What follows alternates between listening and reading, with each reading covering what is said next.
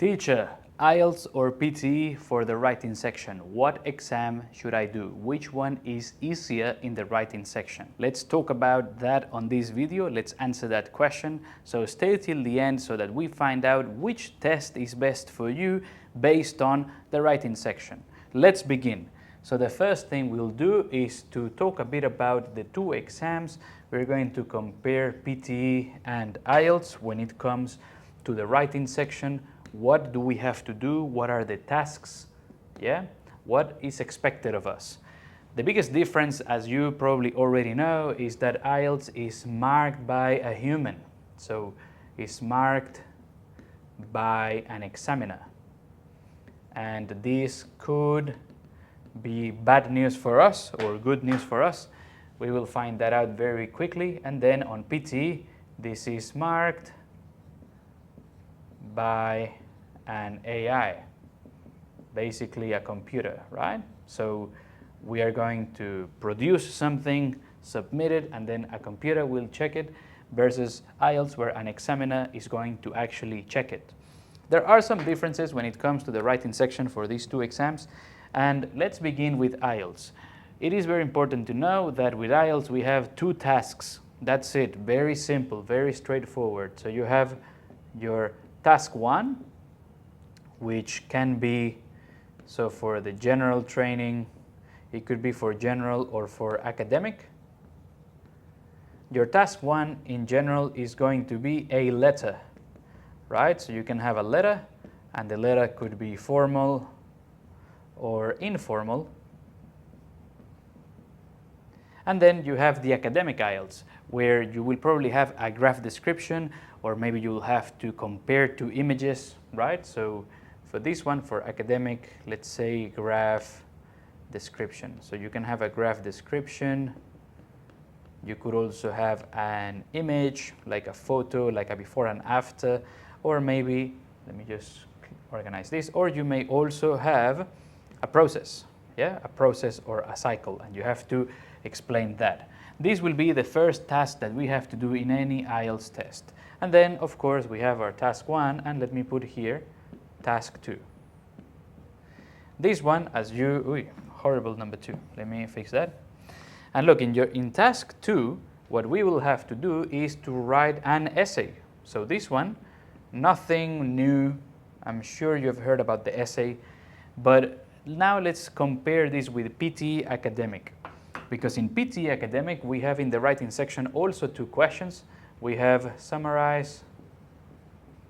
So we have summarize written text. And then we have our essay. So there is a key difference because we have to produce writing, but it's not like with a letter or with a graph. That is one of the biggest differences. So we will have our essay. Now, let's talk about the differences between the two exams. In PTE Academic, for the summarized written text question, we have a time limit, which is 10 minutes. And before you ask me, don't worry, I will tell you. In this one, you do not have any extra time. So as soon as it hits 10 minutes, the computer will save whatever you wrote and then continue. The same thing happens on the essay. For the essay, we have a bit more time. We have 20 minutes. And this could be putting a lot of pressure on PTE test takers because we need to be quick at producing that essay. In the IELTS test, we have a bit more time. For our task 1, it is recommended to take 20 minutes. To be honest, you don't have to take 20 minutes. You could take more time, you could take less time. And for your essay, it is recommended to do it in 40 minutes. And this is one aspect of IELTS which gives us as test takers a bit of flexibility. Basically, we are given 1 hour and then we choose how to use that hour. Some people do their task 1 first, some people try to take their time doing their essay first. But basically, if you do this one and you feel like you need a bit more time, you could take 25 minutes. Nothing happens. That is something you cannot do on PTE. If you reach the time limit, then you move on and that's it. There's nothing you can do. Yeah? So on the essay, or sorry, for the IELTS exam, it is normally recommended to take this much time because, let me put here, IELTS, 1 hour in total. Yep. By the way, on PTE, this may change because in the PTE test, there are different test types. So it is likely that you're going to get one test type where you have 2 summaries. Whoa, 2 summaries? Oh, horrible. Excuse my handwriting, guys. So 2 summaries and then 1 essay. So this would be 40 minutes. So well, a bit less than IELTS. Or another option, or it could be the opposite. Maybe it's going to be 1 summary and 2 essays. 1 summary, 2 essays, which could be bad news for some of us because then that's putting more and more pressure. So PTE, I would say, usually if IELTS is an hour, this is close to 40 minutes to an hour, or 40 to 50 in most cases, could be even a bit more, around 40 to 50 minutes. So in PTE, we basically, let's say, overall have a bit less time in the writing section. In terms of the scoring, it is also important to know that our task 2 on IELTS is worth 60%. This is why we are told, hey, maybe take more time on your essay because, well, it's worth 60%. So the more time you spend on your essay, the better, because you get more marks.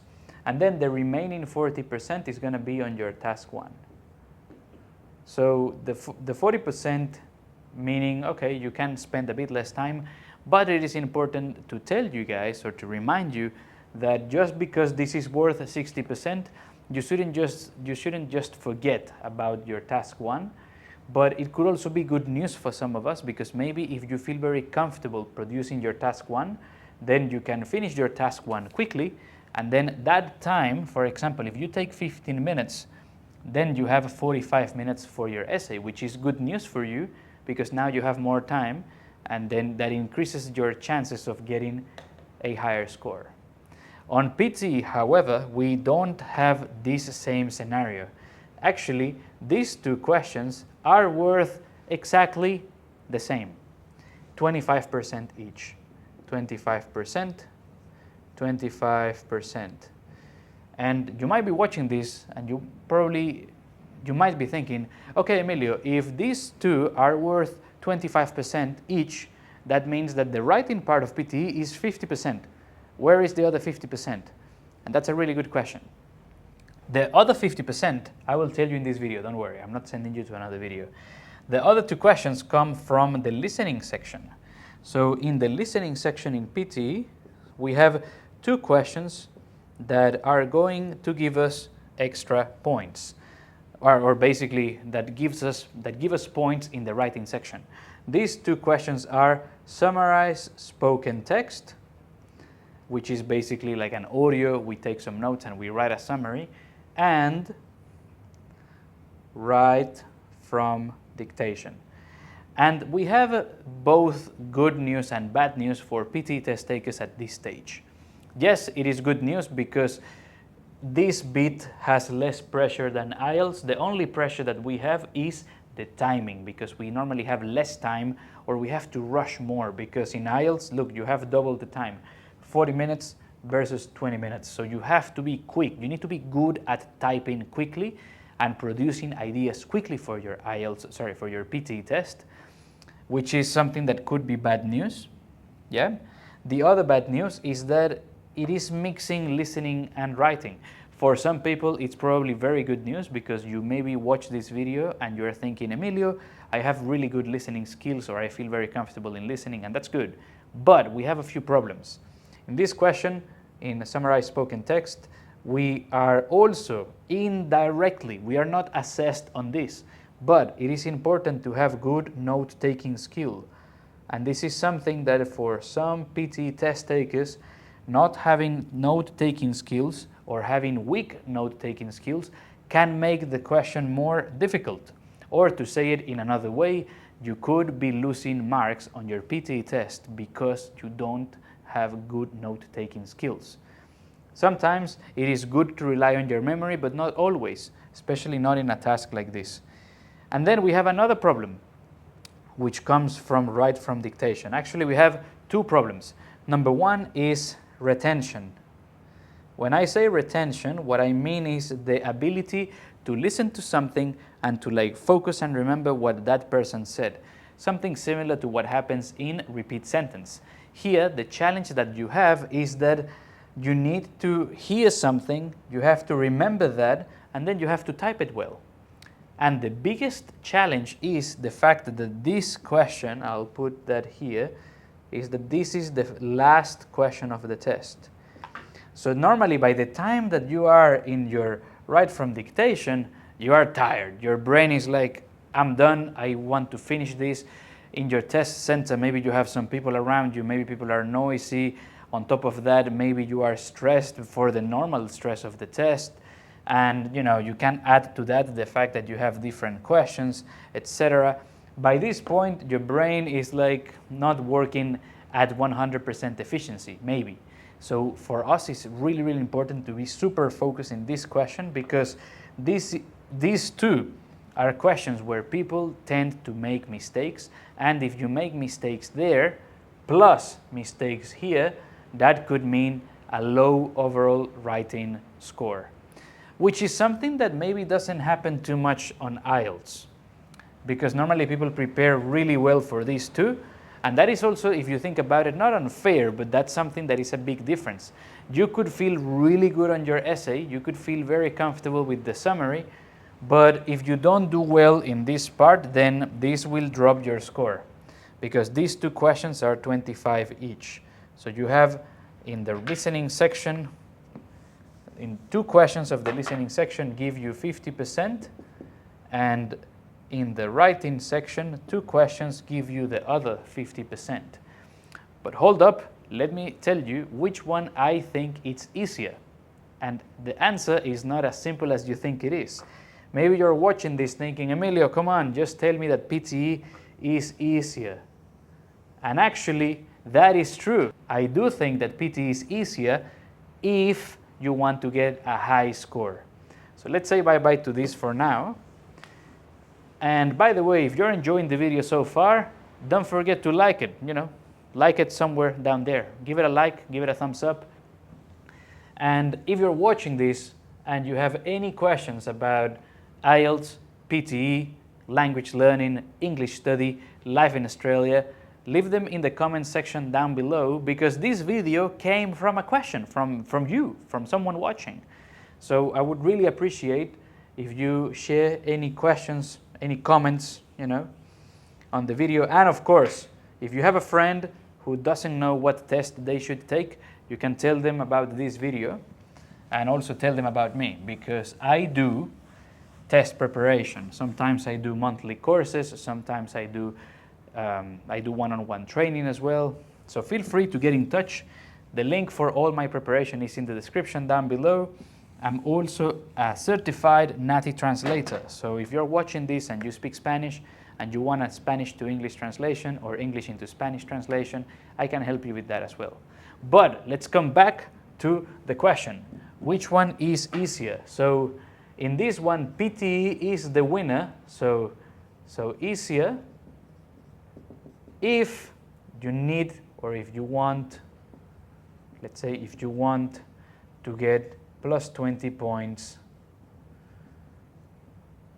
when it comes to the scoring. So if you are aiming for an overall of 8.0 in IELTS or more, 8.0, 79 or more on each band, then in that case it's better to do PTE, or I would recommend PTE more, and PTE in my opinion would be easier, because if you have strong and good listening skills and obviously good skills in general, right? Getting to the band 8 equivalent in PTE is going to obviously take time. It's going to be an investment, but maybe it's going to take less time. So this is not to say don't do IELTS if you need a band 8, but IELTS normally I recommend it to learners, to students, to people who need to do a postgraduate visa. It's been almost 4 months in 2026. many students got their postgraduate visas with IELTS, because normally what you need for writing, you need no score below 6 and an overall of 6.5 overall.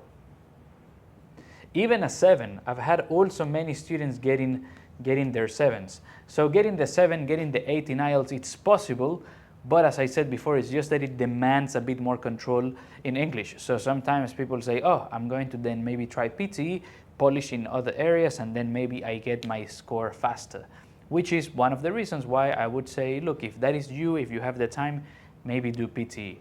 But it also depends, because a lot of people, they just need IELTS, or some of you watching, you have no choice, you have to do IELTS. And if that's you, don't worry, it is possible. So if you need an overall of 6 for a postgraduate, maybe even a 7, in some cases IELTS might be the way to go.